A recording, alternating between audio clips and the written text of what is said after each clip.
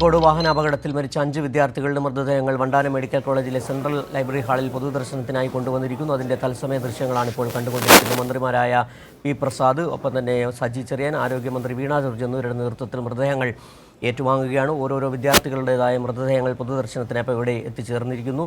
ഇന്നലെ 9:30 വാഹനാപകടമുണ്ടായത്.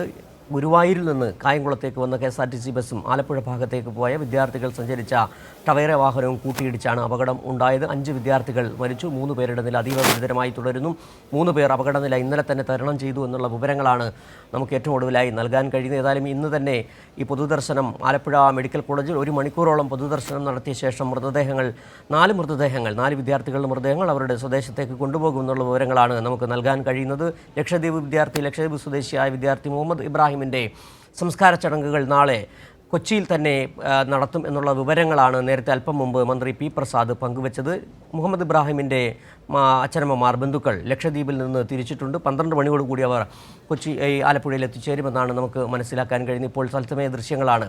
കൂടെ പഠിച്ച വിദ്യാർത്ഥികൾ ആണ് 171 വിദ്യാർത്ഥികൾ പഠിച്ച 1ാം വർഷ MBBS ക്ലാസ്. ആ ക്ലാസ്സിൽ ഇനി അവർക്കൊപ്പം ഉണ്ടായിരുന്ന 5 പേർ അവർക്കൊപ്പം ഇല്ല. ആ സങ്കടകരമായ ദുഃഖകരമായ സാഹചര്യത്തിലൂടെയാണ് ആ വിദ്യാർത്ഥികൾ കടന്നു പോകുന്നത്. ഇപ്പോൾ ആലപ്പുഴ വണ്ടാനം മെഡിക്കൽ കോളേജിൽ നിന്നുള്ള തത്സമയ ദൃശ്യങ്ങളാണ് നമ്മൾ കണ്ടുകൊണ്ടിരിക്കുന്നത്. അല്പസമയത്തിനകം തന്നെ എല്ലാ വിദ്യാർത്ഥികളുടെയും മൃതദേഹങ്ങളുടെ പൊതുദർശനം ആരംഭിക്കും. ഇപ്പോൾ 2ാമത്തെ വിദ്യാർത്ഥിയുടെ മൃതദേഹവും കൂടി പൊതുദർശനത്തിനായി അവിടെ പോസ്റ്റ്മോർട്ടം നടപടികൾ പൂർത്തിയാക്കിയ ശേഷം അവിടെ എത്തിച്ചിട്ടുണ്ട്. ഇപ്പോൾ മന്ത്രിമാരായ സജി ചെറിയാനും പി പ്രസാദും MLA-മാരായ H. സലാമും J. ചിത്തരഞ്ജനും ചേർന്ന് മൃതദേഹങ്ങൾ ഏറ്റുവാങ്ങുകയാണ്. ഇന്ന് തന്നെ 1 മണിക്കൂറോളം പൊതുദർശനം നടത്തിയ ശേഷം അവരുടെ മൃതദേഹങ്ങൾ നാടുകളിലേക്ക്, പാലക്കാട്ടും കണ്ണൂരും കോട്ടയത്തേക്കും മൃതദേഹങ്ങൾ കൊണ്ടുപോവുകയും ചെയ്യും.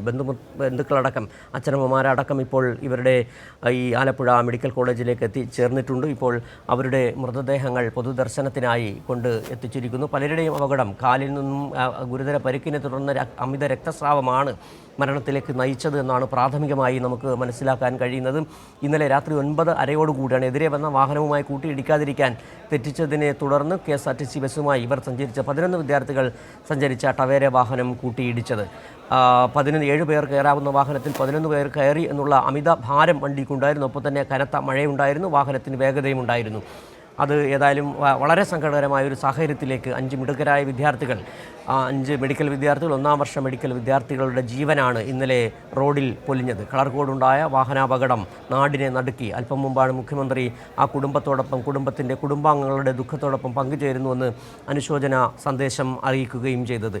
ഏതായാലും സർക്കാർ വലിയ തരത്തിലുള്ള ഇടപെടൽ, ഈ 5 വിദ്യാർത്ഥികളുടെയും മൃതദേഹങ്ങൾ അവരുടെ നാടുകളിൽ എത്തിക്കുന്നതിനുള്ള, വളരെ വേഗം എത്തിക്കുന്നതിനുള്ള നടപടികൾ, റോഡിൽ ഒരു യാത്രാ തടസ്സം ഉണ്ടാകാതിരിക്കാനടക്കമുള്ള ക്രമീകരണങ്ങൾ സർക്കാർ ഏർപ്പെടുത്തി കഴിഞ്ഞുവെന്ന് മന്ത്രി പി പ്രസാദ് അല്പം മുമ്പ് കൈരളി ന്യൂസിനോട് പറയുകയും ചെയ്തു. ഇപ്പോൾ ഞങ്ങളുടെ പ്രതിനിധി സനോജ് സുരേന്ദ്രൻ വണ്ടാനം മെഡിക്കൽ കോളേജിലെ സെൻട്രൽ ലൈബ്രറി ഹാൾ, പൊതുദർശനം നടക്കുന്ന സെൻട്രൽ ലൈബ്രറി ഹാളിന് മുന്നിൽ ചേരുന്നുണ്ട്. സനോജ്, എല്ലാ വിദ്യാർത്ഥികളുടെയും മൃതദേഹങ്ങൾ ഇപ്പോൾ പൊതുദർശനത്തിലേക്ക് നമുക്ക് കാണാൻ കഴിയുന്ന ദൃശ്യങ്ങളിൽ 3 വിദ്യാർത്ഥികളുടെ മൃതദേഹങ്ങൾ അവിടെ എത്തിച്ചിട്ടുണ്ട്. 2 വിദ്യാർത്ഥികളുടെ മൃതദേഹങ്ങൾ കൂടി എത്തിക്കേണ്ടതുണ്ട്. പൊതുദർശനം 1 മണിക്കൂറോളം തുടരുമോ? ഇപ്പോൾ 12 മണിയാകുന്നു. 1 മണിയോടുകൂടി പൊതുദർശനം പൂർത്തിയാക്കി മൃതദേഹങ്ങൾ 1 മണിക്ക് ശേഷം അതാത് സ്വദേശങ്ങളിലേക്ക് കൊണ്ടുപോകാനാണ് ഇപ്പോൾ ആസൂത്രണം ചെയ്തിരിക്കുന്നത്.